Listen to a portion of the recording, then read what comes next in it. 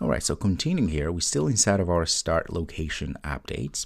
We've added all of the location requests, and we've checked to make sure that indeed the permissions are granted. If not, we're going to just let them know. So at the bottom here, I'm going to go and invoke the location services, right?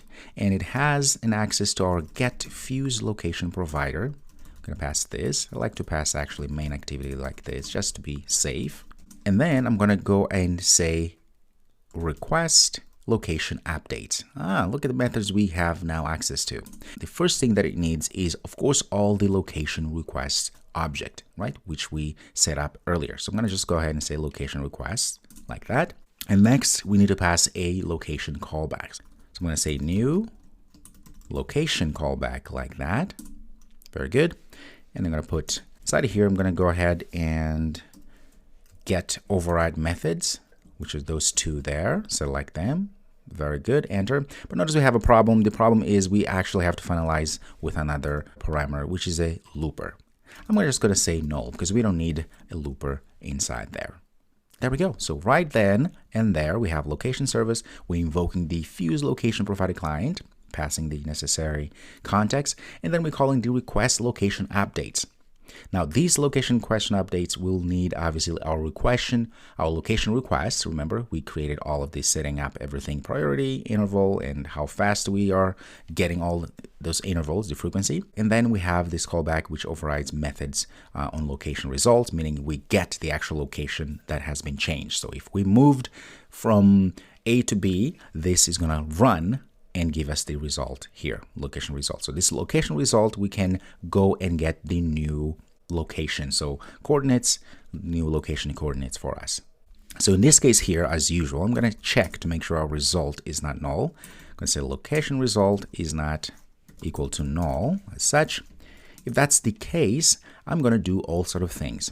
But the first thing I want to do, I'm going to create a location object like this, called location.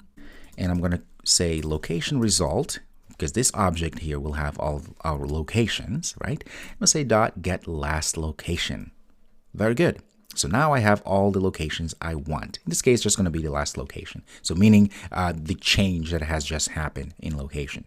Now there's all sort of things that we can do with our location right now. In fact, if we come down here, like I said, you can say location dot get longitude, altitude, bearing, all, speed. Oh my goodness, so many other things we can get. But what I'm going to do here, I'm just going to go and update our list view. I'm going to say list view. What do we call text list view? Location text view. Okay, set text. Say location. I'm going to say longitude. Start with latitude like this. Say location dot get latitude. Okay, and say plus longitude. Going to be location dot get longitude. Okay, of course, let's go ahead and extract everything to make pretty. Now you may think, okay, we're done here. Unfortunately, we're not, folks. We're really not done. Now this method override we could have done before we've done anything here, because that's the most important one, really. Because it will check if permissions are checked, if everything is ready to go, right? So I'm sorry for the order here, but nevertheless, you get the idea. So outside anywhere here, I'm going to start typing on request. Look at that, on request permissions result. Hit enter, and then we have all of this beauty here. I'm going to put that in a new line, so we have that space. All right, so what we're going to do here is notice that we have our request code, which is an integer. What I need to do, I'm going to just create a switch statement here. I'm going to say switch, and I'm going to say request code, that is our base. And then I'm going to say the case in where, for instance, all underscore permissions result. Now we haven't created this all permission result. Let's go ahead and create it right now. I want a constant variable at the top there. And I could give any number but 0. So let's just give it 1, 1, 1, 1, something like that. Doesn't really matter. I'm going to click on it so it takes us back here. So what are we trying to do here? Well, in this case here, once we have that code, we are going to go ahead and loop through our permissions to request, right? Because we want to make sure that all of those permissions we add so we can check if they are rejected or not. So what I'm going to do, say for string perm, you've seen that before, and I'm going to say permissions to request. All right, all those we've seen before. I'm going to say if, again, has permission and pass our perm, each permission that we're looping through. So here we're just checking if the permissions that we have in the permissions to request array list, check if they're if those permissions already have permitted, meaning the user hasn't denied, right? If they indeed have denied them, then we have to add them inside of a permissions rejected, right? So I'm going to say permissions rejected, which we created before. It's an array list, right? This is just for us to control everything that we're doing. I'm going to add this permission that was rejected. Very good. And then I'm going to say if permissions rejected that size is greater than 0, meaning we have at least one permission rejected inside of our array list.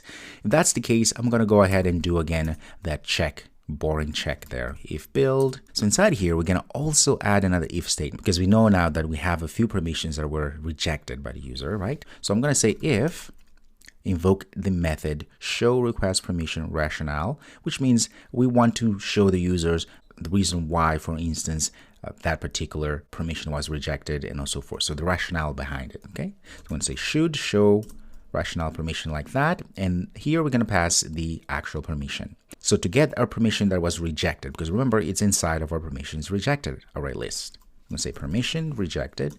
I'm going to get just the first one, okay? Because we don't need to get all of them anyway. Very good. So if that's the case, so if this is true, we can go ahead and then show a little rationale. For instance, I can say new alert dialog. I can invoke one and build that builder like that. Just create a small one here. Say main activity.this. And then I'm going to set message. And the message is going to be these permissions are mandatory to get location. Something like that. I'm going to go and set positive button. It's going to be okay. And then I'm going to pass new dialog interface on click. In this case here, let's go ahead and do if build.version again. .sdk, you've seen that many times, probably annoying at this point, but never mind, is greater or equal to build.version codes.m, like that. And then I'm going to say request permissions. I'm going to add a permissions rejected like that. .to array. Inside here, I'm going to go ahead and pass our new string array of permissions and pass permissions rejected. That's size to make the size for our array, and then pass all permissions result. Looks like I should have finished right here like that, and no need for that, and also no need for, in fact, I don't need that at all. Okay, put it like that. All right, there's a lot of things going on here. No problem. Let's go ahead and finish this up before let's go ahead and say dot set negative button, say cancel, and just gonna go ahead and pass a null because we don't want nothing to happen there. Say dot create and dot show. All right, folks, there's a lot happening here. Fear not, that's not a big deal. So what's really happening here? We're just making sure that the rejected ones, the rejected permissions, that they said, no, I don't want to allow this to happen, right? We're just telling them that, okay, the reason why you're receiving this permission here and you should accept is because in this case, the permissions are mandatory to get location, right? And all of that is being attached into alert dialog. So we can actually create an alert dialog as such. Very easy. We instantiated an alert dialog. We invoke the builder. We have to pass the main activity, in this case, just the context. And we can go ahead and invoke the set message. What is the message is going to show? Well, there we go. It shows this message. We can set the positive button. So the positive meaning okay. What we want to happen when they click positive button, we're going to go ahead and actually request permissions for the ones that are being rejected. That's all we're doing, okay? If they say no, in this case, click on the cancel, we're just not going to do nothing and get out of there.